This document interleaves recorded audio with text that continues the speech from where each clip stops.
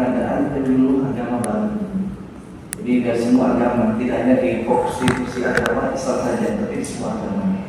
Nah ini seperti itu Bapak Ibu ya. Kemudian kelompok sasaran ini kan ada mas taklim ya. Di situ juga ada namanya bantuan mas taklim. Kalau memang itu ada kegiatannya Pak, dan itu misalnya secara simultan 5 tahun ini trennya itu ada bantuan, sebaik itu ditayangkan Pak, dimunculkan di website ini. Contoh misalnya ada data penyuluh, data kelompok sasaran, ada mas taklim, ada TPQ misalnya di Islam ya. Kalau di mas yang lain ada sekolah minggu, ada banyak sekali juga. Atau misalnya di lembaga masyarakat tadi, lapas itu kan ada sasaran juga di situ. Itu akan situ. Jadi ketika nanti pimpinan membaca dokumen desa itu akan tahu, langsung tahu kira-kira yang dibutuhkan itu apa ke depan. Dari capaian di sini bab 1 ini sebagai dasar untuk membuat indikator baru atau membuat proyeksi target kinerja 5 tahun ke depan. Kalau memang ini ada kebutuhan pengadaan penyuluh, kekurangan penyuluh, maka kita mentargetkan penyuluh atau rekrutmen penyuluh ke depan berapa? Dan seperti itu, jadi kalau tidak harus spesifik per daerah berapa, kabupaten ini berapa enggak, atau per kecamatan ini. Tapi dibuat aja secara akumulasi, data secara misalnya secara provinsinya berapa, kabupaten-kabupatennya berapa dan sebagainya. Ini Pak. Kemudian, nah ini kan terlalu rinci Pak ya, menu honorer. Sementara menu honorer juga ini terakhir tahun 2025 Pak ya. Tahun 2026 ke atas ini sudah tidak ada lagi penyuluh honorer, adanya penyuluh 3K atau sekarang namanya pada waktu ya Bapak Ibu. Jadi anggaran sudah tidak ada. Meskipun nanti dari Bapak Ibu dari kantor Satkernya itu menetapkan memang SKK penyuluh honorer yang tidak bisa dibayar.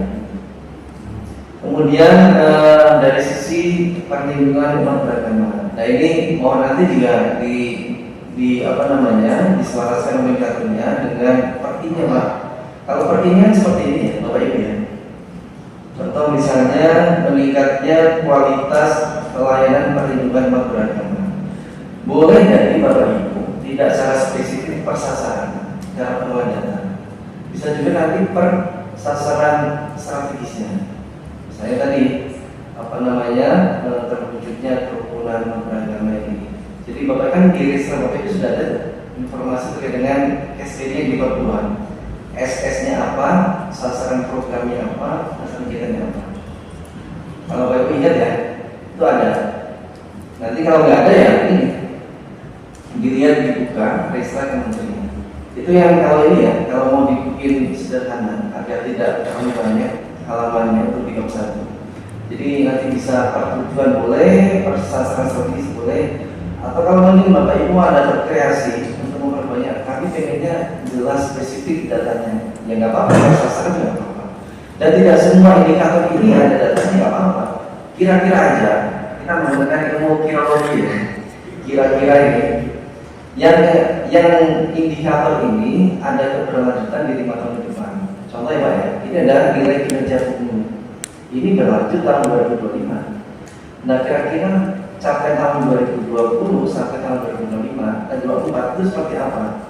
Bagaimana cara mengukurnya? Instrumen apa saja yang digunakan untuk mengukur capaian kinerja ini? Nilai kinerja ini? Apakah menggunakan EPAI, EPAKRIS, SIM2K, atau apa? Harus jelas Pak, dan itu dituangkan di sini. Artinya ketika nanti penyuluh evaluator ya, menguji misalnya kekokohan data itu jelas, sumbernya dari sini, jadi jelas itu. Seperti kayak nilai kinerja anggaran kan dari semua DCA yang jelas itu. Ini Bapak Ibu ya, tidak semua indikator nanti dituangkan datanya di bab 1. Silakan aja Bapak Ibu ya, kami tidak membatasi, mengklaster harus begini-begini ya. Semua kreasi, inovasi kami serahkan ke masing-masing Bapak Ibu. Kemudian datanya, ini tadi saya sudah share ya ke Pak Saiful terkait dengan data yang diterbitkan oleh Pusdati. Jadi Pusdati teman-teman yang diterbitkan statistik Bapak Ibu. Di sini di dalamnya itu banyak sekali informasi terkait dengan rumah ibadah, jumlah penyuluh agama, jumlah umat, apalagi desa kerukunan, banyak Pak. Jadi kalau bisa nanti diambil dari sini. Tapi ini mohon Bapak Ibu ya, ini hanya berbasis provinsi. Ya, seperti ini ya, jumlah PNS di kanwil ini berapa. Kemudian ada lagi misalnya jumlah penyuluh, jumlah apa pun itu ya Pak. Jumlah ini Polri A, kemudian banyak tanah wakaf dan sebagainya. Jadi kenapa kami menggunakan data ini? Maka satu data, keselarasan data bisa terwujud antara pusat dan daerah. Jangan sampai nanti ada teman bimbing misalnya yang sudah terkumpul di Pusdatin itu sekian, tapi di provinsi itu berbeda datanya. Nah ini kemudian kita lanjut lagi di ini Pak ya. Ini untuk datanya. Setelah nanti kreasinya pakai persasaran atau diatur di beberapa yang indikator yang menjadi keberlanjutan ya di tahun 5 tahun ke depan atau yang apa namanya sebagai rekomendasi. Karena kan nanti di ini Pak ya di kondisi umum. Nah di kondisi umum di sini.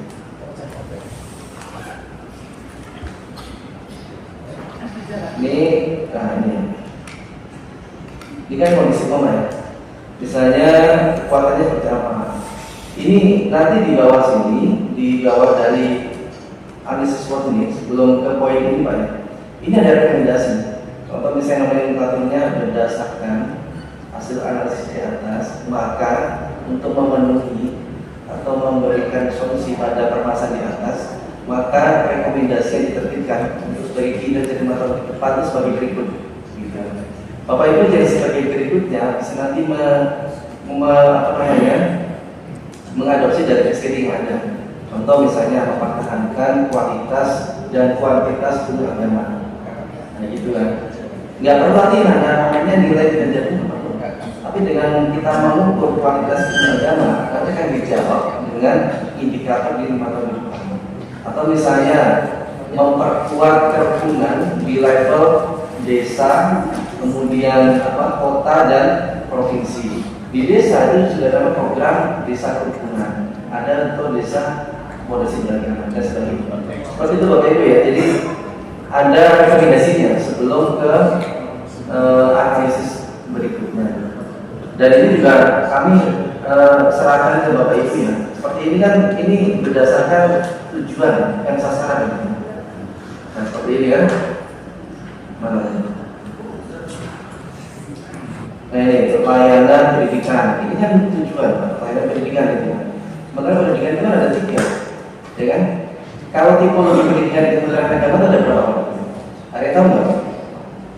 Tipologi pendidikan di Kementerian Agama ada 4 Pak ya. Pertama itu pendidikan umum dengan kekhasan agama.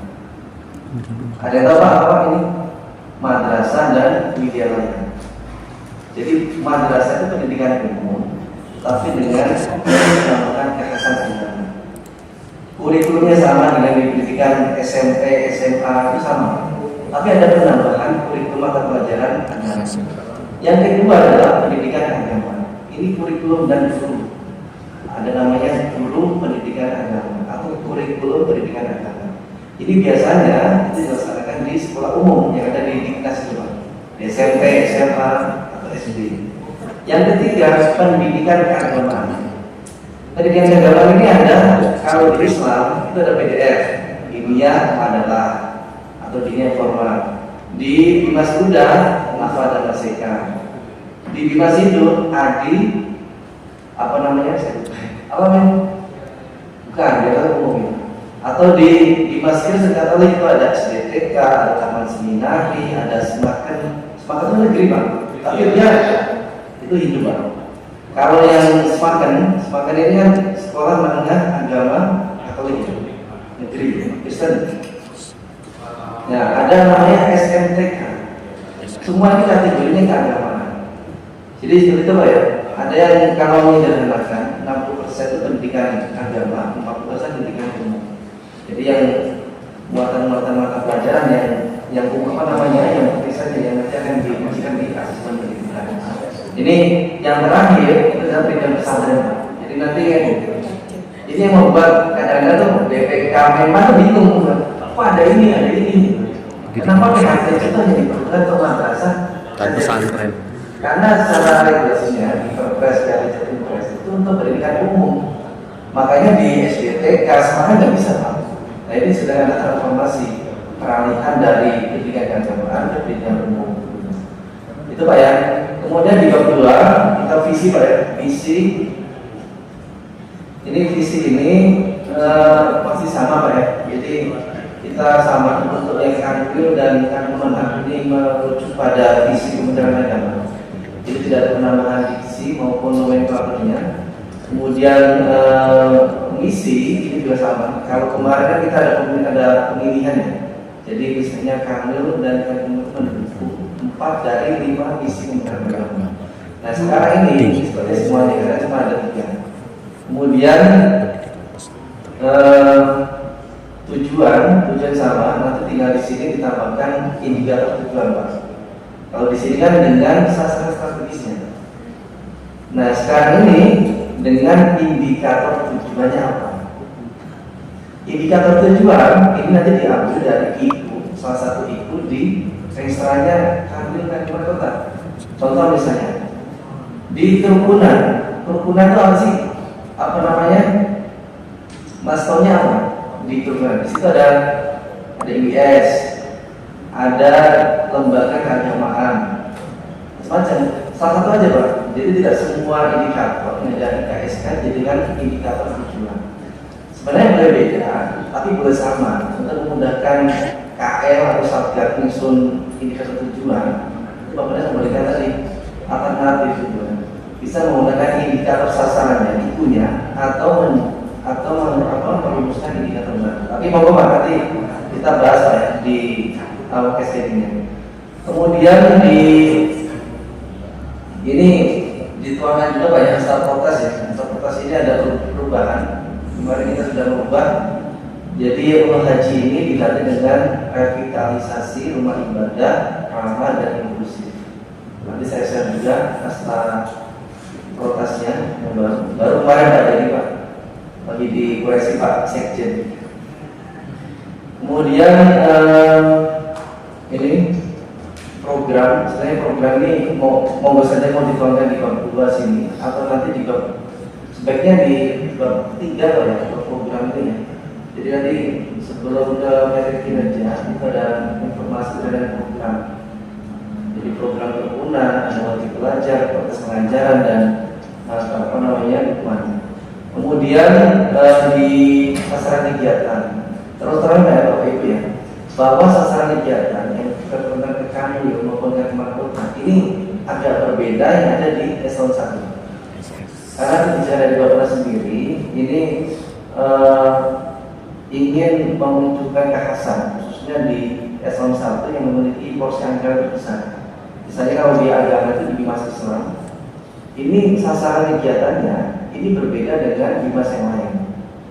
Maka kita melakukan adjustment ke Kanwil Kementerian menggunakan tadi sasaran yang ada di cascading kinerja.